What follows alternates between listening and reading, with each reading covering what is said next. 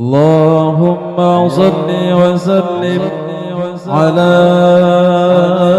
sayyidina Muhammadin wa ala ali sayyidina Muhammad.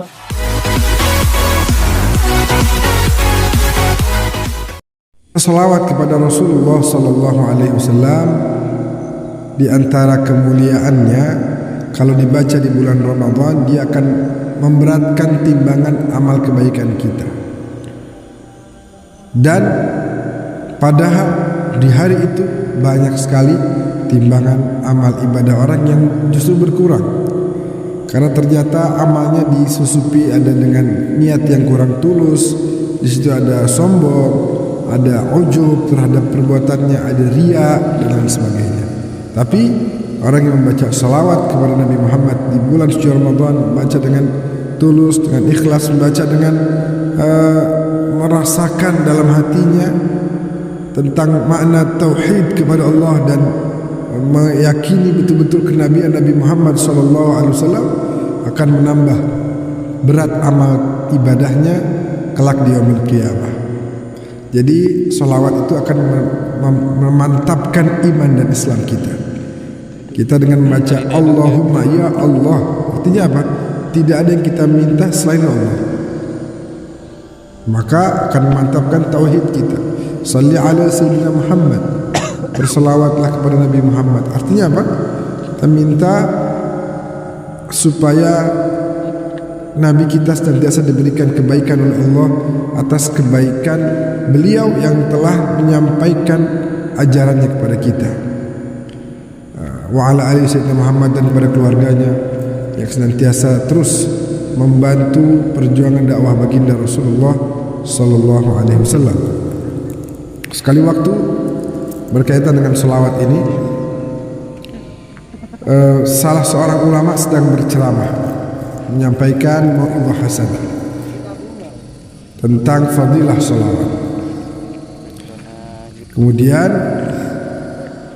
beliau mengatakan di antaranya bahwasanya selawat akan membuat orang kaya menjadi semakin berkah kekayaannya, dan orang miskin akan mendapatkan rezeki minas sama, rezeki dari langit, mendapatkan rezeki dari langit.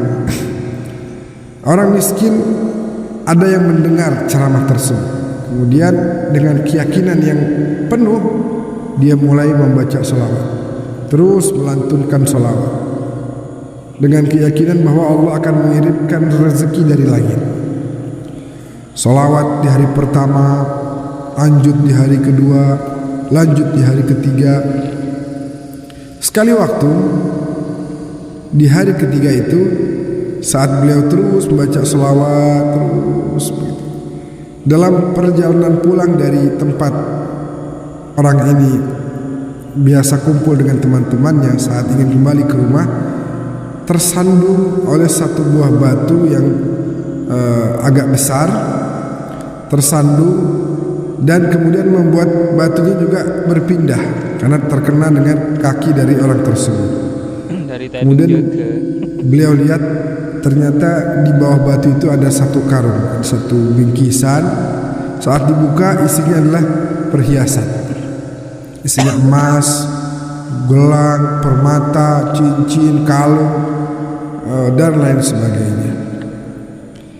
Kalau kita ada di posisi itu mungkin kita sudah ambil, tapi dia keyakinannya adalah seperti yang diucapkan oleh Ustaz tadi, minas sama, dari langit.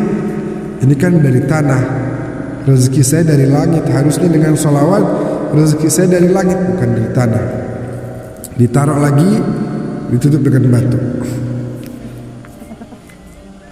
Kembali ke rumah, cerita sama istrinya, sampaikan kepada istrinya kisahnya, saya tadi tersandung, lalu pada saat batunya berpindah ada karung, saya buka ada perhiasan yang sangat banyak. Kenapa engkau enggak ambil? Enggak, itu bukan hak saya tidak boleh ngambil itu. Kenapa? Karena kata Ustadz, kalau orang bersolawat nanti turun rezeki dari langit. bukan dari tanah. Rupanya omongan si suami sama istri tadi didengar oleh tetangganya yang Yahudi. Oh, lagi ngomongin tersandung, kemudian ada perhiasan. Oh, tersandungnya dari tempat biasa dia kumpul dengan teman-temannya, ada batu besar. Oh iya, saya tahu.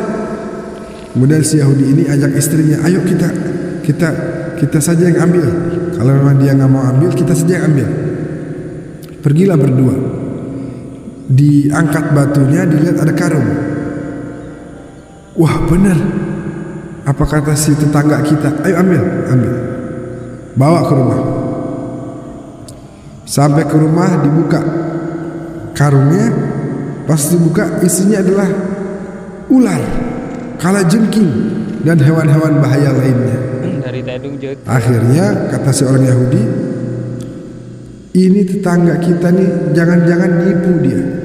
Tadi dia cerita, kita dengar jangan-jangan supaya kita ambil dan nanti kita disengat oleh ular, kita disengat oleh kalajengking. Akhirnya marahlah si Yahudi marah, dan kemudian Yahudi bilang, kalau gitu kita kembalikan, kita taruh sana, biar dia yang disengat oleh ular dan oleh kalajengking.